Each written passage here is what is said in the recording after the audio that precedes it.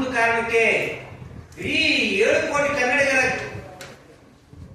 ಒಳ್ಳೆ ಕೆಲಸ ಈ ಬಜೆಟ್ ಅಲ್ಲಿ ಅಧಿವೇಶನದಲ್ಲಿ ಮಾಡ್ತಾ ಇದ್ರಿ. ಅಷ್ಟು ಜನಕ್ಕೋಸ್ಕರ ಅವ್ರಿಗೆಲ್ಲ ಒಳ್ಳೇದಾಗಲ್ಲ ಅನ್ನೋ ಒಂದೇ ಒಂದು ಕಾರಣಕ್ಕೋಸ್ಕರ ನಾವು ಯಾವುದೇ ಒಂದು ಅನಿರ್ದಿಷ್ಟ ಮುಷ್ಕರ ಮತ್ತೊಂದು ಮಾಡಕ್ ಹೋಗಿಲ್ಲ.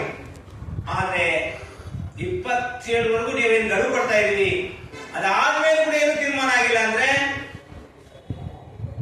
ಅನಿರ್ದಿಷ್ಟ ಮುಷ್ಕರ ಅನಿವಾರ್ಯ ಆಗಿರುತ್ತೆ. ಸರ್ಕಾರ ಎಚ್ಚೆತ್ತುಕೊಂಡು ಇನ್ನು 27ವರೆಗೂ ಟೈಮ್ ಇದೆಯಲ್ಲ, ನೀವೇನು ತಪ್ಪು ಮಾಡಿದ್ರೆ ಸರಿ ಮಾಡಿಕೊಡಿ. ನೀವು ಮುಂದೆ ಹಿಂದಿ ಕ್ಯಾಬಿನೆಟ್ ಏನ್ ತೀರ್ಮಾನ ತಗೊಂಡ್ರೆ ಅದನ್ನ ಸರಿ ಮಾಡಿ.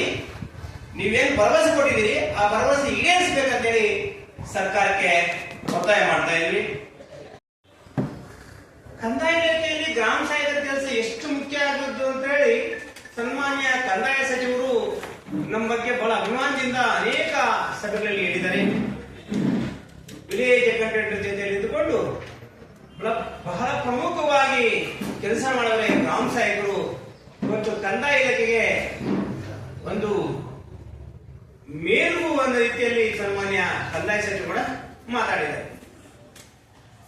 ನಾವು ಕೂಡ ಅಷ್ಟೇ ಪ್ರಾಮಾಣಿಕವಾಗಿ ಸಮಯ ಸಂದರ್ಭ ಬಂದಾಗ ಹಗಲು ರಾತ್ರಿ ಅನ್ನೋದಂಗೆ ನಾವು ಚುನಾವಣೆಯಲ್ಲಾಗಿರ್ಬೋದು, ಸರ್ಕಾರದ ಕಾರ್ಯಕ್ರಮಗಳಾಗಿರ್ಬೋದು, ಎಂತ ಸಂದರ್ಭದಲ್ಲೂ ಬಹಳ ಪ್ರಾಮಾಣಿಕವಾಗಿ ಕೆಲಸ ಮಾಡ್ತಾ ಇರ್ತೀವಿ. ಗ್ರಾಮಗಳಲ್ಲಿ ನಾವು ವಿಲೇಜ್ ಅಕೌಂಟೆಂಟ್ ಜೊತೆಗೆ ತುಂಬಾ ಕೆಲಸ ಮಾಡ್ತಾ ಇದ್ದೀವಿ. ಇಷ್ಟೆಲ್ಲ ಕೆಲಸ ಮಾಡ್ಕೊಂಡು ಬರ್ತಾ ಇರೋ ನಮಗೆ